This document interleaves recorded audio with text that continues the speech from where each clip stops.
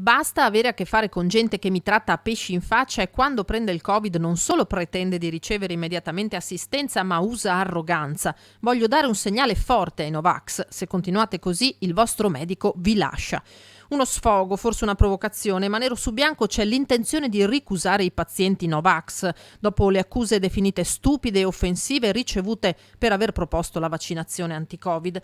Le parole affisse alla porta del suo studio dal medico di base marchigiano Amedeo Giorgetti suonano familiari anche ai sanitari di casa nostra. E ha fatto benissimo, con una premessa ovviamente che noi dobbiamo fare. Noi abbiamo il dovere di curare tutti. Il presidente dell'Ordine dei Medici di Padova, Domenico Crisarà, racconta di aver vissuto questa situazione con un proprio assistito sostenitore delle più disparate teorie contro la vaccinazione. Alla fine, visto che come tutti i Novax veri, non ci sono argomentazioni che tengano e contrappongono le fantasie più disparate, quando abbiamo finito l'ho invitato a trovarci un altro medico. Di sfogo comprensibile ma non condivisibile, parla Brunello Gorini, segretario della FIEMG di Treviso, dal momento che i pazienti dubbiosi rispetto alla vaccinazione, dice, sono quelli con cui bisognerebbe impegnarsi maggiormente.